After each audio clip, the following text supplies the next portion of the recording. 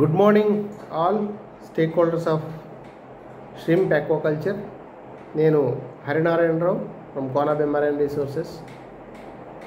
ఈరోజు ఈ వీడియో చేయడానికి గల ముఖ్య కారణం కొన్ని ఇష్యూస్ అడ్రస్ చేద్దామని, కొన్ని ఫ్యాక్ట్స్ మాట్లాడదామని. ఇప్పుడున్న పరిస్థితుల్లో మనం ప్రధానంగా చేయాల్సింది ఫస్ట్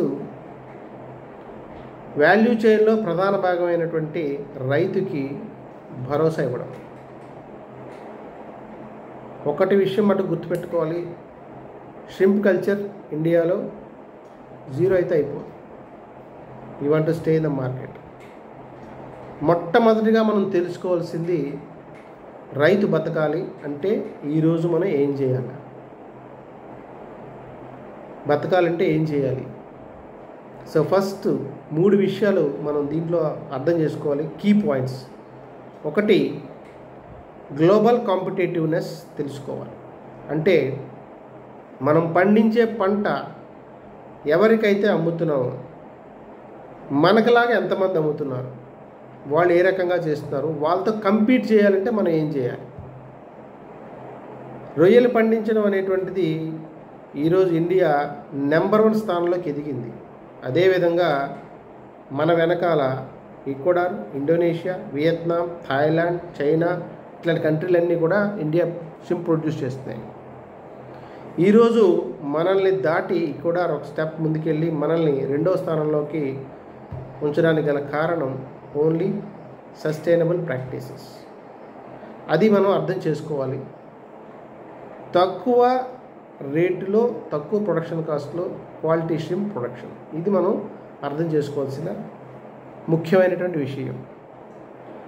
2, పంట పండించే రైతుకి లాభాలు రావాలి అంటే కనుక సర్వైవల్స్ రావాలి. సర్వైవల్ వస్తేనే రైతు బతుకుతాడు. సర్వైవల్ రాకపోతే ఏమీ రాదు. అఫ్కోర్స్ గ్రోత్ కూడా చాలా ఇంపార్టెంట్. గ్రోత్తో పాటు కూడా సర్వైవల్ రావాలి. సో గ్రోత్, సర్వైవల్ రావాలి అంటే మనం ఏం చేస్తే మనం మళ్ళీ పాత పరిస్థితికి వెళ్తాం అనేది 2వ పాయింట్ మనం డిస్కస్ చేసుకోవాల్సింది. 3వది మనం అర్థం చేసుకోవాల్సిన విషయం ఏంటంటే ఎన్విరాన్మెంటల్ చేంజెస్. ఈ 3 విషయాలు కనుక మనం కూలంకుషంగా అవగాహన కల్పించుకుని ముందుకు వెళ్తే డెఫినెట్గా మనం మార్కెట్లో ఉంటాం, మార్కెట్లో స్టే చేస్తాం. మొట్టమొదటిది గ్లోబల్ కాంపిటేటివ్స్ నుంచి తెలుసుకోవడం. ఇది ఖచ్చితంగా అన్ని యూట్యూబ్లోను, అన్ని మీడియాల్లోనూ కూడా ఈరోజు క్లిక్ చేస్తే మనకి తెలియదంటూ ఏం లేదు. ఈరోజు ప్రతివాని చేతిలో సెల్ ఫోన్ ఉంది. ఒకసారి మనం మార్కెట్ ట్రెండ్స్ ఎలా ఉన్నాయో తెలిస్తే కనుక ఏ నెలలో రేట్ ఎలా ఉంది, సీజన్లో రేట్ ఎలా ఉంది, దాని ప్రకారం మన ప్రొడక్షన్ ప్లాన్ చేసుకుంటే కనుక కంపీట్ చేయడం అనేది పెద్ద విషయం కాదు. 2, అదంతా కూడా మనకి అన్ని మీడియాల్లోనే ఎక్కడ పడితే అక్కడ మనకి దొరుకుతాం. 2వది survivals. Highest survival rate, growth, minimum sustainable growth achieve చేయాలంటే మనం ఏం చేయాలి, దీని మీద ఒక అవగాహన కల్పించాలంటే ఇప్పుడు మన ముందున్న ఛాలెంజ్ ఇంచేతంటే మనం కంప్లీట్గా ఎస్పీఎఫ్ బ్రూడ్ స్టాక్ మీద ఆధారపడి ఉన్నాం. So SPF brood stock very very important. It's a raw material for the entire value chain. So దీన్ని మనం ఏ రకంగా మనం చూడాలి, ఏ రకంగా సెలెక్ట్ చేసుకోవాలి అనే భాగంలో మనకి ఫ్యూచర్ అంతా ఆధారపడి ఉంది. ఈ క్రమంలో దాని గురించి మాట్లాడాల్సి వస్తే, గత 15 సంవత్సరాలుగా మనకి సిఏ అప్రూవ్ చేసిన 16 మంది సప్లయర్స్ మనకి ఎస్పీఎఫ్ బ్రూడ్ స్టాక్ సప్లై చేస్తున్నారు. దాంట్లో మేబీ 4-5, మేబీ 6 50% సక్సెస్ఫుల్గా ఇండియాకి మంచి బ్రూడ్ స్టాక్, మంచి జెనెటిక్స్ ఇస్తున్నారు. అయితే కండిషన్స్ మారుతున్నాయి, ఎన్విరాన్మెంట్ మారుతుంది. దానికి తగ్గట్టుగా మనం బ్రూడ్ స్టాక్ని డెవలప్ చేసుకోవాల్సిన అవసరం ఉంది.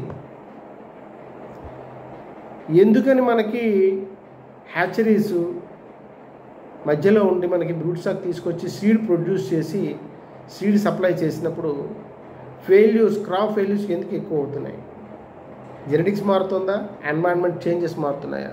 సో దీన్ని మనం క్లియర్గా అర్థం చేసుకుంటే కనుక ఖచ్చితంగా మన ఎన్విరాన్మెంటల్ చేంజెస్ చాలా కీలకమైన పాత్ర పోషిస్తున్నాయి.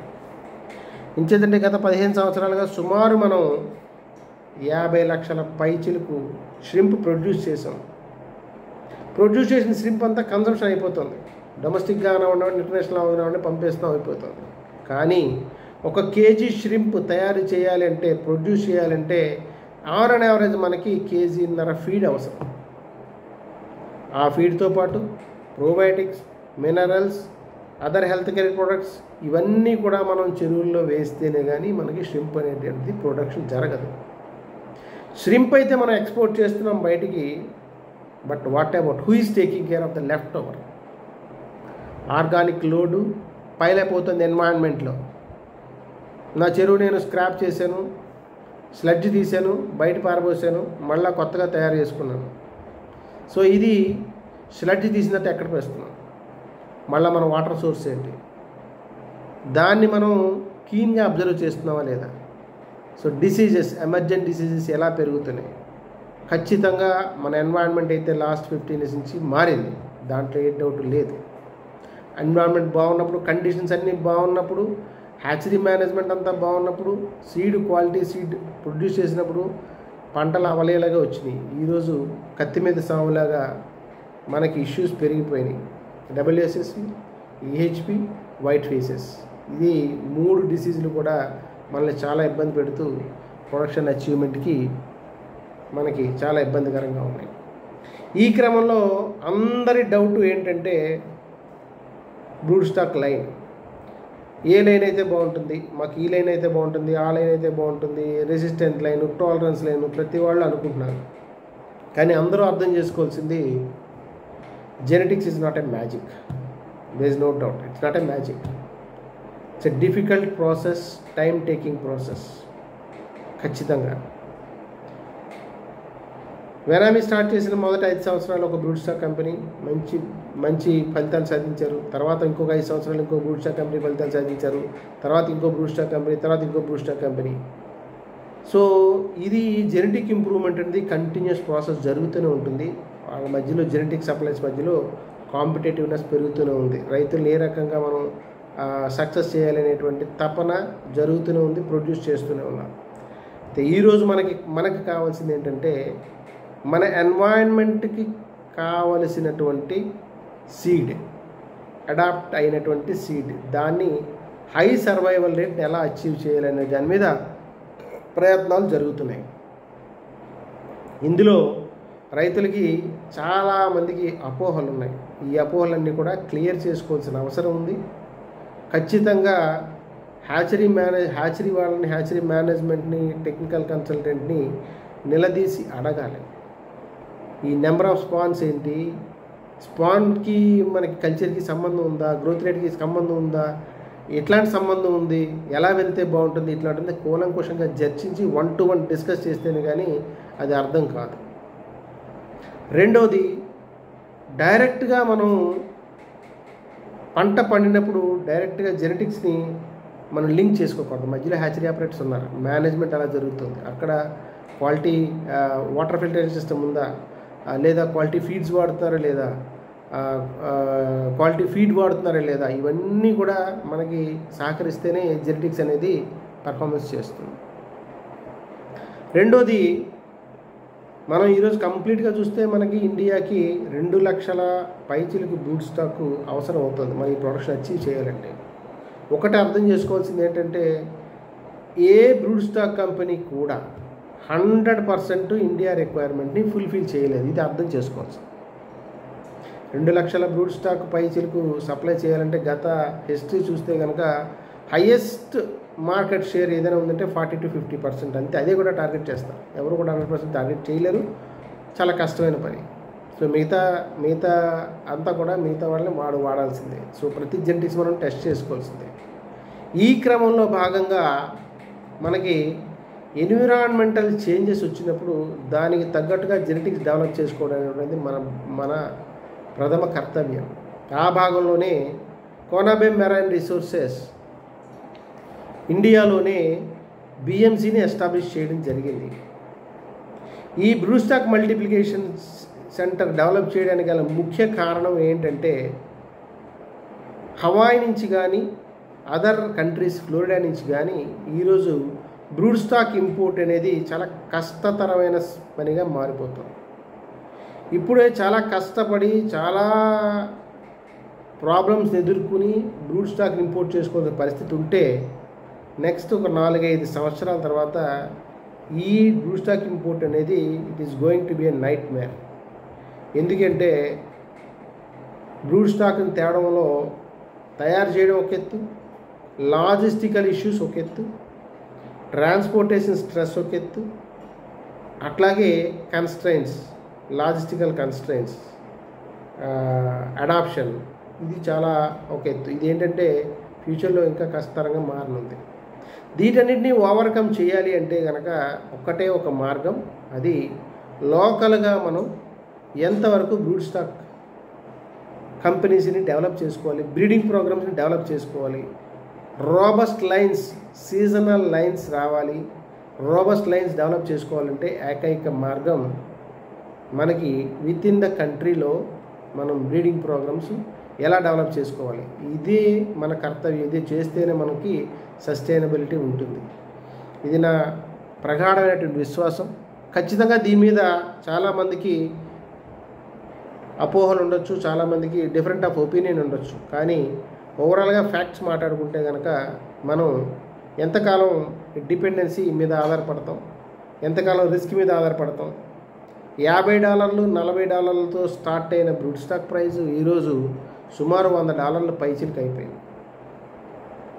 ఇది ఫ్యూచర్లో పెరుగుతుంది కానీ తగ్గదు, తగ్గే ఛాన్సే లేదు. ఎంచేతంటే లాజిస్టికల్ ప్రైస్ కంటిన్యూగా పెరుగుతుంది, బ్రూడ్ స్టాక్ కంపెనీలు కూడా సఫర్ అవుతున్నాయి, మార్జిన్స్ ష్రింక్ అయిపోతున్నాయి.